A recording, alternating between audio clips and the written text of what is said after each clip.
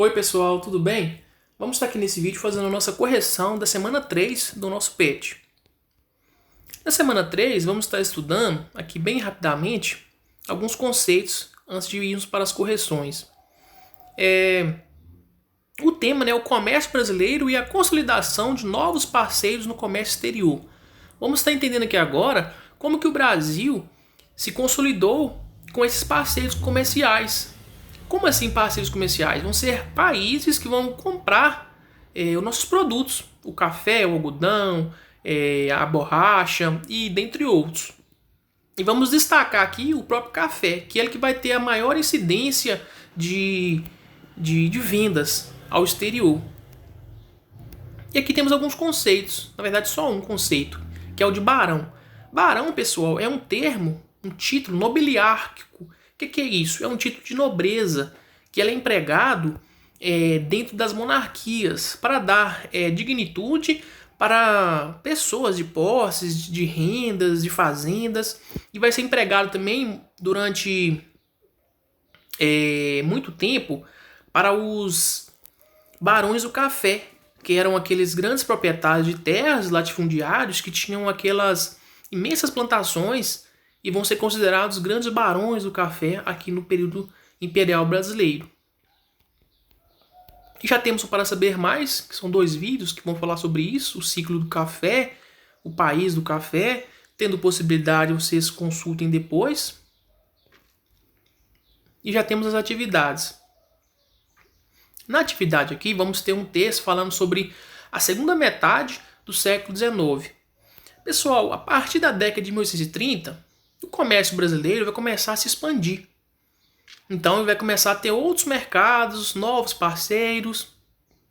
E já no ano de 1850, o que vai acontecer? Os Estados Unidos vão se tornar um considerável importador do produto brasileiro. Então eles vão começar a comprar muitos produtos aqui do Brasil. Porém, a Inglaterra ainda vai continuar sendo a mais importante com relação ao comércio com o Brasil. E os Estados Unidos vai estar aí batendo na porta como um dos grandes parceiros comerciais com o Brasil, porém o Brasil ainda vai ter a Inglaterra como aquela grande parceira comercial.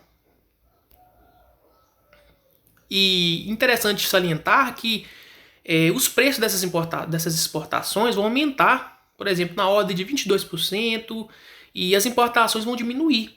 Então o Brasil vai estar exportando mais do que importando.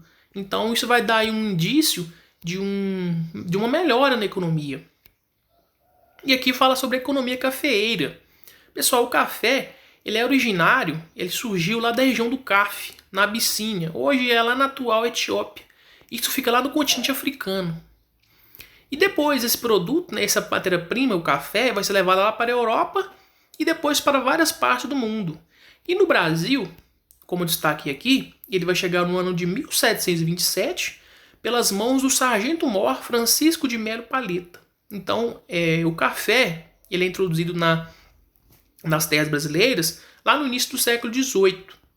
E depois ele vai começar a ser plantado pela ordem comercial. Como assim? Vai ser começar plantado para vender. E aqui tem alguns comentários sobre o capital investido na produção, quais foram os empreendimentos que fizeram esse capital surgir. Capital é o dinheiro, né, pessoal? Como que surgiu o dinheiro para esse empreendimento do café? Tiveram que ter pessoas para investir nesse capital, nesse dinheiro, nessa mão de obra. E nós já temos aqui as nossas perguntas. Mas antes de eu chegar nas perguntas, vamos entender aqui algumas regiões que foram importantes para o Brasil no período cafeeiro. Um dos primeiros, pessoal, que vai dar muito lucro para o Brasil, está aqui no texto. Vale do Paraíba. Esse Vale do Paraíba, pessoal, ele vai compreender a região leste de São Paulo e o sul do Rio de Janeiro. Então é uma região que vai abranger essas duas capitanias naquele período.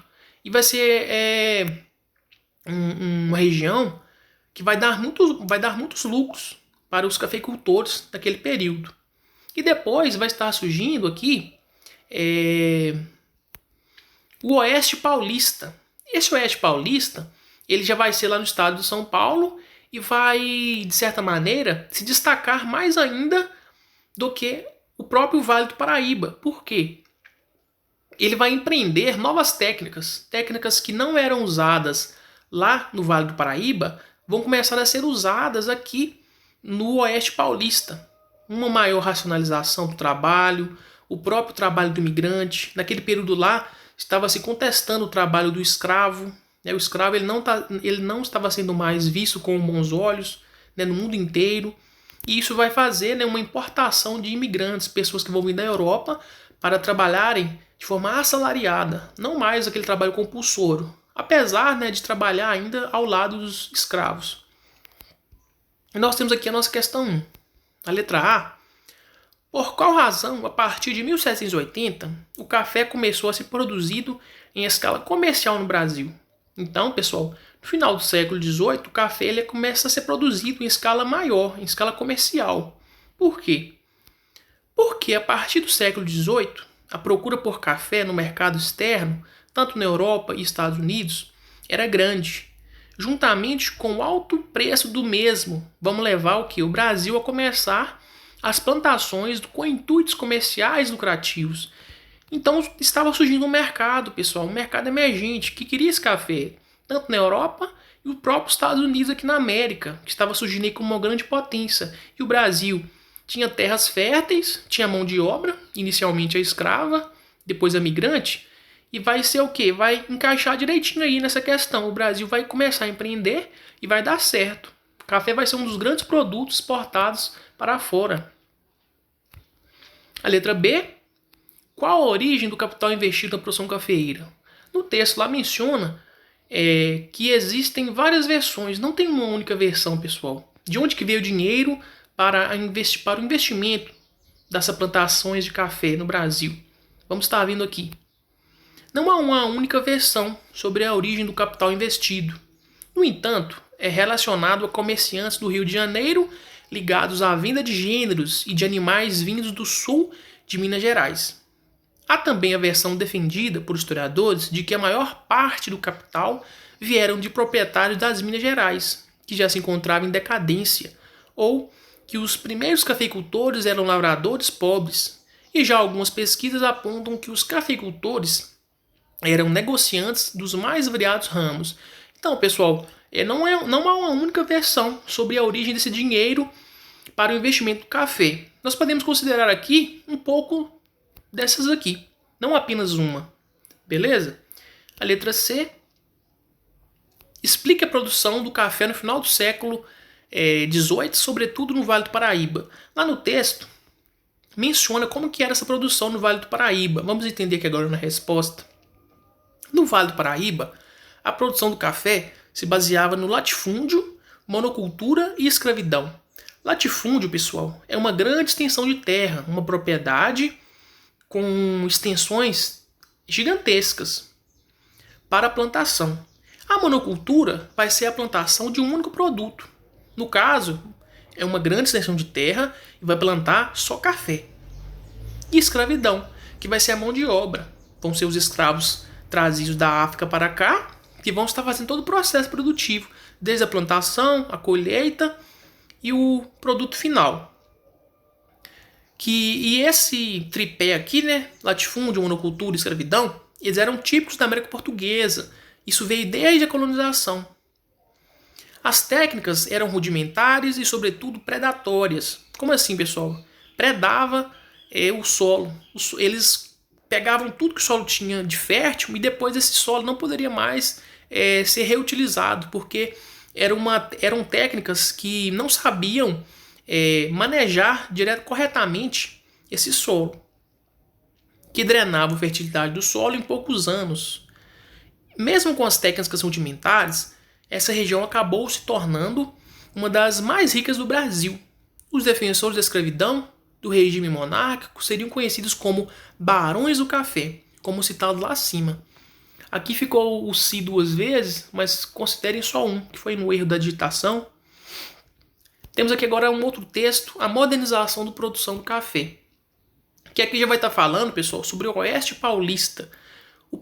A pergunta anterior falou sobre o Vale do Paraíba E aqui vai estar falando sobre o Oeste Paulista, porque essa região aqui ela vai se destacar pela questão da modernização.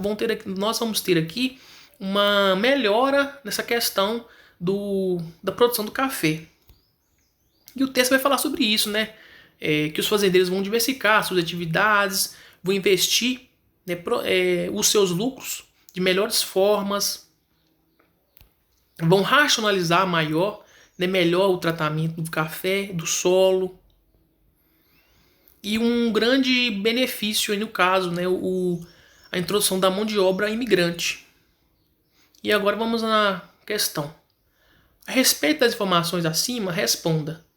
Justifique o aumento da produtividade e a qualidade de produtos dos fazendeiros do Oeste Paulista. Então tá querendo saber por que no Oeste Paulista vamos ter essa produtividade maior e essa melhor qualidade.